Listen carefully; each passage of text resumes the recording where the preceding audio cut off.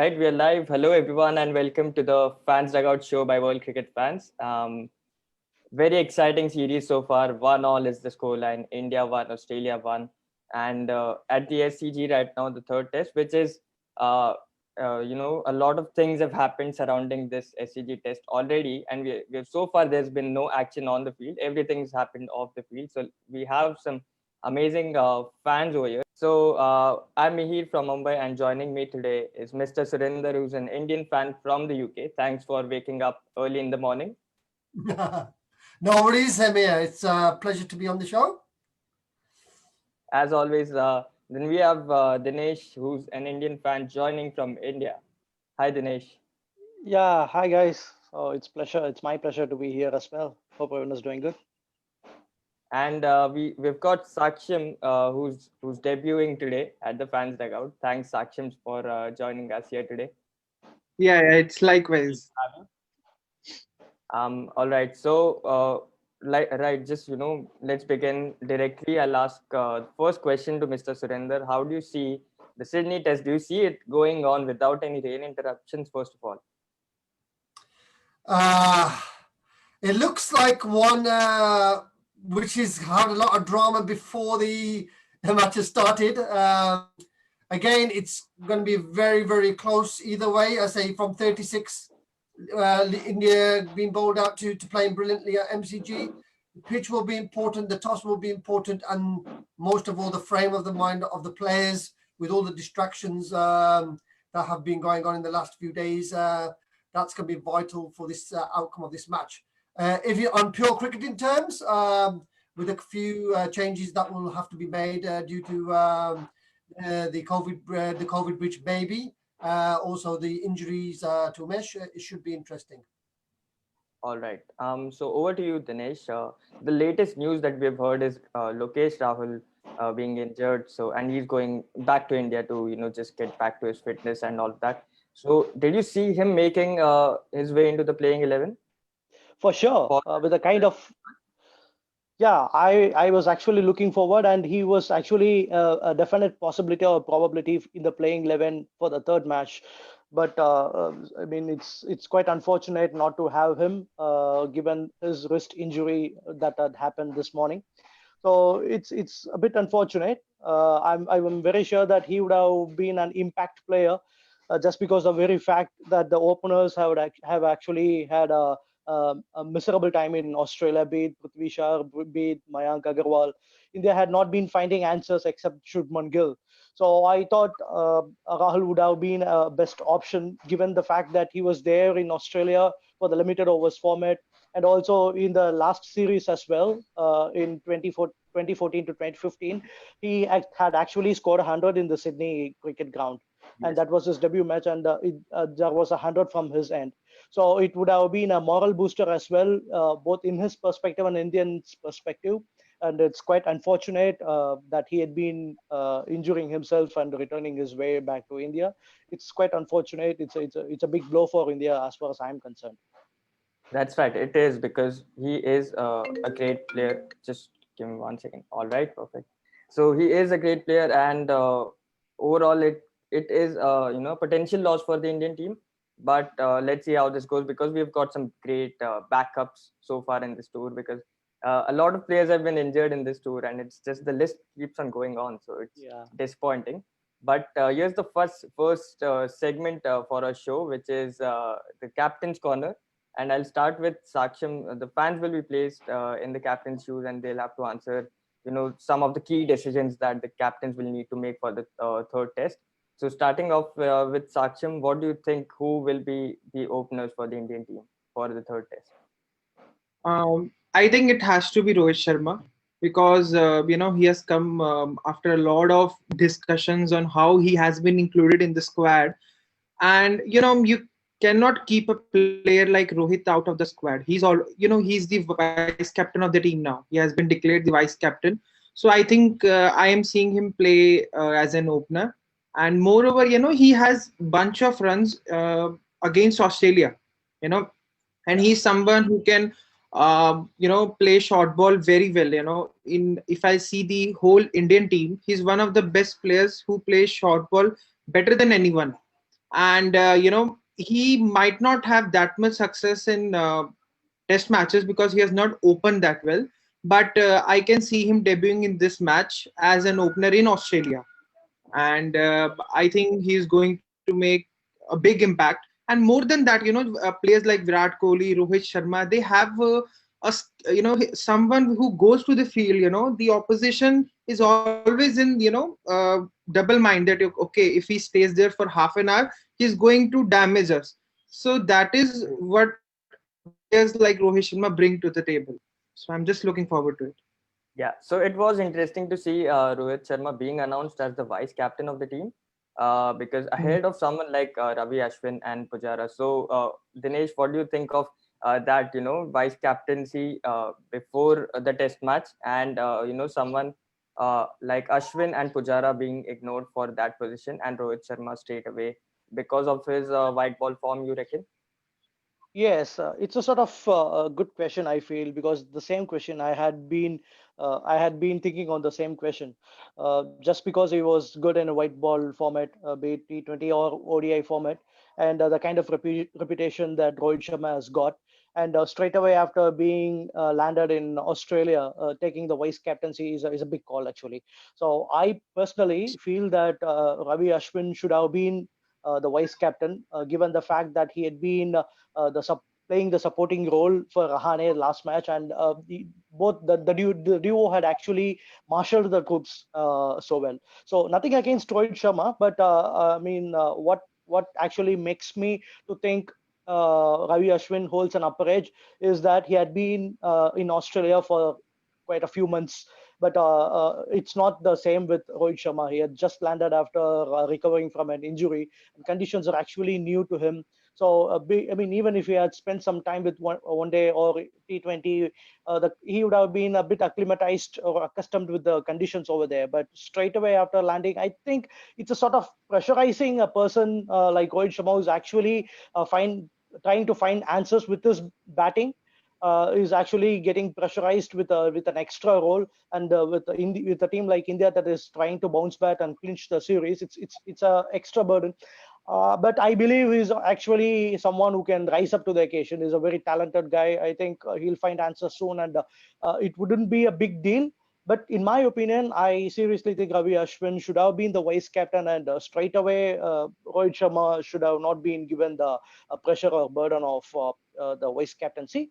Yeah. I mean, probably some 10 days after being landed in Australia. So that's my opinion. That's right, because that is a popular opinion. Because Ravi Ashwin has been in tremendous form so far as the series is concerned. Getting someone like Steve Smith out is a major achievement as a bowler, and he is leading from the front. He's been in the squad for a long time now. But overall, if you see, virtually this confirms the position of Rohit Sharma in the squad in the playing 11. So, Mr. Surinder, over to you. Where do you place him in the playing 11? Do you see in the batting order, facing the new ball, or at the lower order of the innings? Yeah, my view is to have Rohit at five. The reason why I'm going to go for Rohit at five is I want to push Vihari up the top. The most Okay. important thing for India will be for them to see out the first 10 to 15 overs. And I think if the India can see the first 10 to 15 overs out, then Pujara comes into the game. Because I say the biggest issue for us has been Pujara, has been the de facto opener, and that's when he struggles. So if we get Vihari in, even if they don't score the runs at the start, that will then basically be allowed Pujara to get in the game. With Rohit, if Rohit comes in, say 60 overs or 65 overs, if they're India are 5 down after that period, he can then play himself in. And then also when the new ball comes, he'll be ready for the new ball. I think it's very difficult to have no match practice coming straight in as an opener against the Australian bowlers. It is waking up to a disaster, potential disaster, because obviously he's got no timing, he's got no confidence, he's going to struggle. So I'd rather have Rohit coming in at 5 and Vihari at top. Obviously, my preference would have been to have KR Rahul opening and Rohit Yeah. at 5, but I think Vihari stays in the team and he comes in at 5. All right. Do you agree with this, Saksham? Would you also have Rohit Sharma batting down the order rather than opening the innings for India? Well, as he said, as Surinder sir said, he has a point here that it is very difficult to come and play first match as an opener and facing the first ball. But I think Rohit already had in this thing in his mind that this is the situation which will be there for him. He already knew the time he went to NCA. He already knew that I'm going to be there after two tests and I will have to face the first ball, because you cannot first of all, he was given the opening slot with Mayank Agarwal in India, and he scored some uh, plenty good amount of runs. So you cannot distract him back that no, you have played well there, but you are not expected to play well here in Australia. And I think it might be a testing session for Rohit as well, because we do not know how he plays there. Because we have seen Rohit as an ODI batsman, as a T20 batsman, a established one, whether it is overseas or whether it is in India. But as far as Australia is concerned, we are yet to look at him as an opener in Test as well. So I think we can go with him as an opener. And Vihari has scored some good amount of runs as at number 4 as well. Even in the practice match, he has scored 100, and in first class career also, he has some average of above 50, I guess. So he's a good matchup for 4 as well. So I just hope Rohit plays well and just score some good amount of runs and take shine off the ball. Right. So yeah, that is a good point, because if you're trying to push him down the order, you're practically uh, Demoralized. signifying, yeah, you're demoralizing the batsman, because he is originally placed in the opening slot, and then you're trying to push him just for a different condition or a different pitch. So that is an interesting choice that we'll see in the third test. Because So if he stays for half an hour and so, I'm certain that he is going to score some big runs. Even it is yeah, 40s, 50s. All we need is a good score to be there on the board when Ajinkya Rahane, or for that matter, Chiteshwar Pujara walks in. We do not want single digit or even double digit on the board, like 20s or 25 yeah, for he one. has the knack of playing long innings. Once he settles in, he can play those long innings as well. So just over to you, Dinesh. What do you think in terms of extending the bowling? Maybe bringing in more bowling options, because we have some promising batsmen. So do you think someone like Kuldeep Yadav can make into the squad for the third test? Because as we know, last time he picked a 5-wicket haul against the same opposition, at the same ground as well. A very interesting question. And not to forget that Sydney is going to be a paradise for the spinners. I mean, when it comes to the fourth day or the fifth day. And actually, Anil Kumble has actually proved it in the year 2004. He has bagged 12 wickets in SCG, 8 in the first, and four wickets in the second innings. So, I mean, the stats actually say that the spinners have been doing well in SCG when it comes to India versus Australia. It's a very good question, having Kuldeep Yadav as an extra bowler, but that actually puts up in a strangling position where you need to cut short the batsman actually. So that is actually a serious and a crucial point where you need to have your answers sorted out for the bowling questions raised by Australia. So even if you look back at the previous years like 2004 or 2014 to 15 or the last time around, the matches that that India had actually played were actually high scoring matches. In 2004, India scored 705 for 7. And when it came to 2014-15, it was a draw match, but India had managed to score around 400, 500, if I'm not wrong. And last time around, it was Chateshwar Pujara, who's got a 193, and Rishabh Pant, who has got a brilliant 100. So the reason why I'm saying is that you need the batting depth. So in order to show your batting depth, you need some spinner like Ravindra Jadeja, Ravi Ashwin, for that matter, who can actually be a potential batsman or potential tailender as well. So that adds up the batting comfort, that adds up the batting flexibility. Whereas if you bring in someone like Kuldeep Yadav, where would you actually fit him in? You would fit him in a place of a fast bowler, which would actually be a disastrous decision. And when you cut short batsmen from the top order, that would still be a disaster. So given these points, I don't think Kuldeep Yadav should find a place. He can be a match winner, or he can be a boon, or he can be a bane. So Yeah, it's either extremity. right. So I think we have to play it safe, play with the same combination of bowling that we had been doing for the last two matches. Yeah, so it's a strange inclusion of whether to include Kuldeep Yadav or not. But speaking of the Pacers, Mr. Surinder, Umesh Yadav has been ruled out, obviously. So do you see Shardul Thakur making a debut, or do you see Natarajan, who's just made his way into the Indian team in every format? Do you see him making a debut? It's a tricky one because Shardul Thakur obviously adds batting strength. So you've got the batting strength of Shardul Thakur. However, they both bowl roughly the same pace. Natarajan brings in the left arm. So having the extra left arm with Stark playing for Australia, that basically means there could be a lot of rough outside the off stump for the right-handers. And I think that might be good for India, obviously having the two spinners. Australia, we don't know how they will set up, but Nathan Lyon and maybe Swepson, if Swepson comes in, that might be good for them. But India batsmen play spin better, in my opinion. So personally, I'd love to see Natarajan play. And the reason being, it'll be the first left armer playing since Zahir Khan, I believe.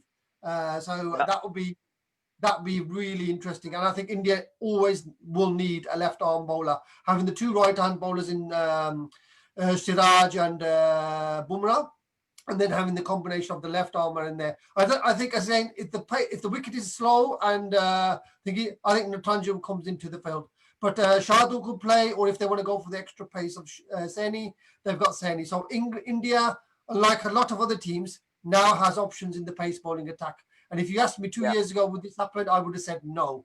But right. again, this shows how much the IPL is having an effect. I know it's a white ball game, but having an effect on people, young people who now want to become bowlers. So the bowling attack is looking good for India. We have the options. Personally, I say it's one of those, you go for the extra batsman, you go for Shardul, or if you go for the left armer, you go for Natarajan. Personally, I'd love to see Natarajan play because I'm a big fan, and I think the Yorker will be a very good. And all they really need from the third bowler is to bowl 5 over spells. If they can bowl 5 over spells, get it through to the new ball. They've got Bumrah and Siraj for the new ball, and then also they've got 2 spinners. So India hopefully will pick the right choice, and I'm going for Natarajan. Right. Finally, India is in a position where they can just choose out of a lot in terms of bowling options, pacers. Do we want pace? Do we want pace heavy attack? Do we want some angles, left armers? We have a lot of variety right now, so that's a good sign for Team India. But I guess let's move on to the fan predictions now. Our next segment is the fan predictions.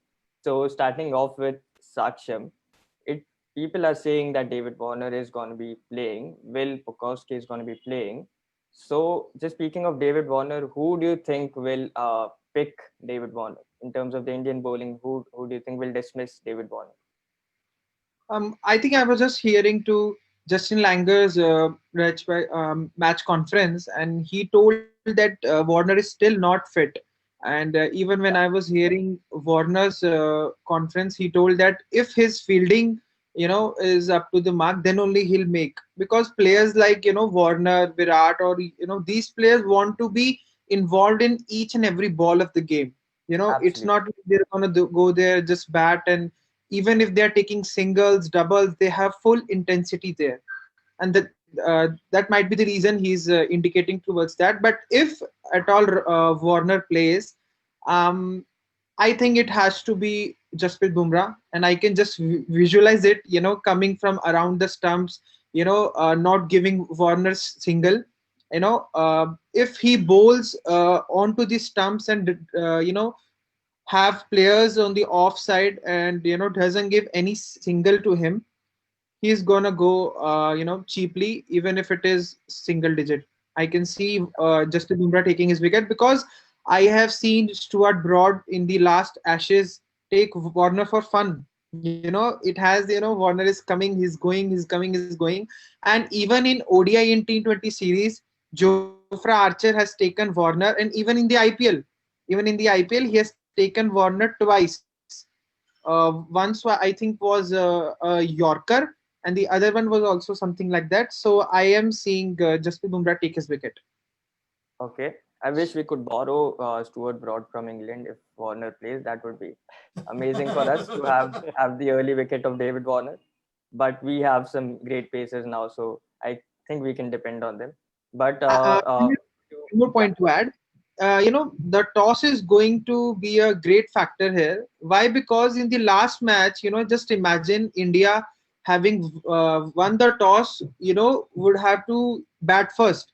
And you're coming from a scare of 36, and then you had to bat. It was a good thing that India lost that toss. So I would want, India again to lose the toss or Australia to win or bat, because they are under tremendous pressure of, because they're not able to even score 200.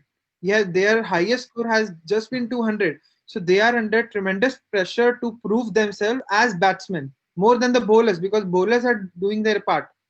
So it would be a great impact if India lose the toss or Australia bats first. okay. Yep. Blessing in disguise. So, Dinesh, what do you think? If I think Rohit Sharma is going to be playing now, so what will he end up scoring? How many runs do you think he'll end up scoring? Oh, it's a tricky question. So, just he's new to there. Right. Even So I it am could be single actually. digit. It could be 200. It could be I any. don't think I don't think he's going to give up that easily, because he's a Yeah. champion player. The kind of responsibility that is being given with, and landing in Australia straight away, given with the vice captaincy, that actually puts a lot of message to him that he's actually something who is actually dependent to the core.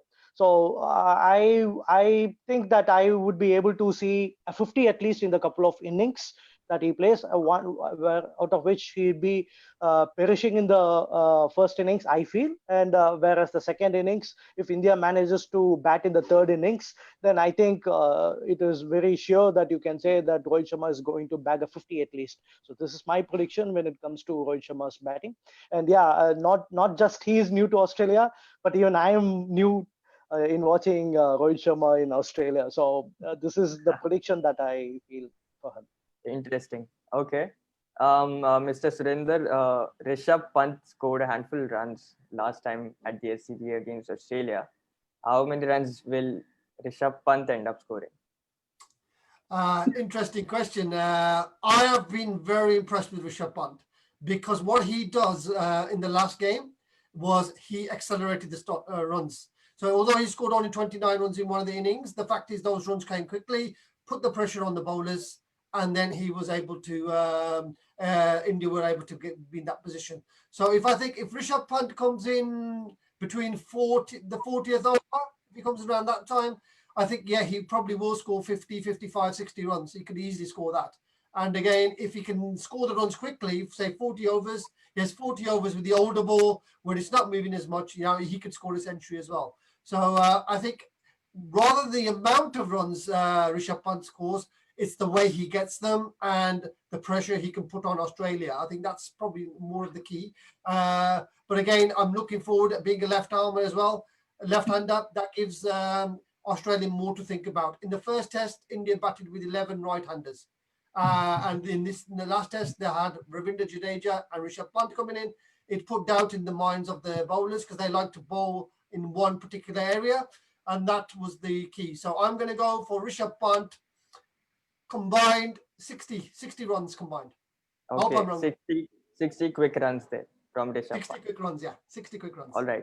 Okay, so now we have 3 Indian fans today here. So I'm going to be asking you who's going to win this test match, and obviously your answer will be India. But I want you to be realistic enough to think about this. Do you think Team India right now has the confidence to take a lead in this series, starting with Mr. Surinder?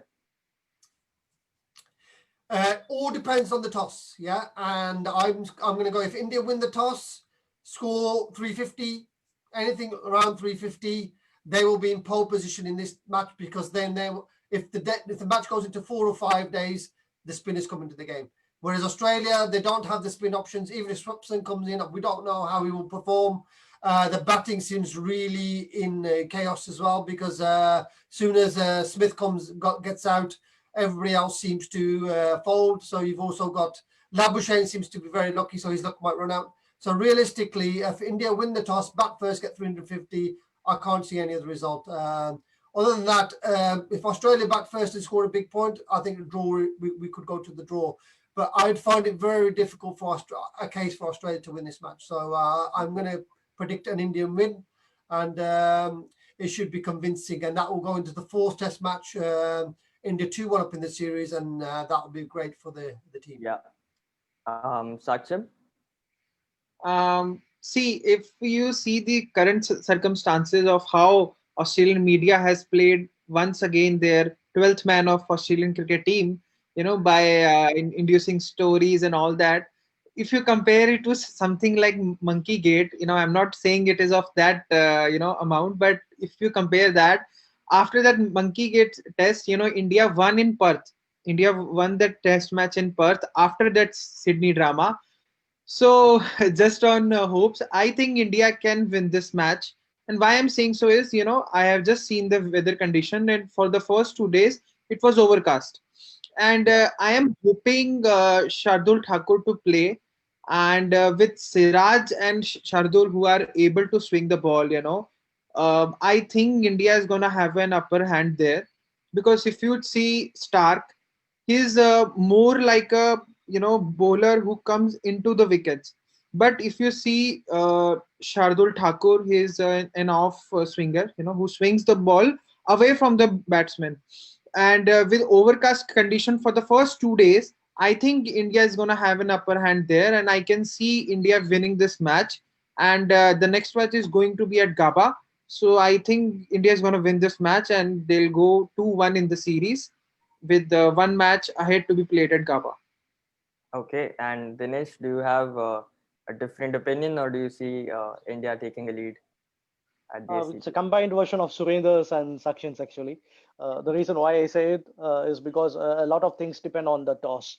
So a team which actually wins the toss is actually playing its upper hand right from the beginning. And I don't see a team which bats second is going to be in being. I mean, it would be in a position to put an upper hand unless something special happens in the end of third day or fourth day. So let me not be so much diplomatic, but a team which actually bats first, which wins the toss and bat first, will have an upper hand. But if some wonders happen, maybe at the third day or fourth day, the team which bats second and fourth may have a victory, just like how India had managed to do in the second match. So be it any team, India or Australia, a team which actually wins the toss and puts themselves to bat first will have an upper hand throughout the match, unless something disastrous happened to them in the third day or fourth day. Okay, right. So the Indian fans are quite confident about the third test. Great to see that. Overseas test matches and the visiting side is at a better position. So great to see that. And I guess that brings us to the end of the episode, the live Fans Dugout show ahead of the SCG test. So thanks everyone for tuning in.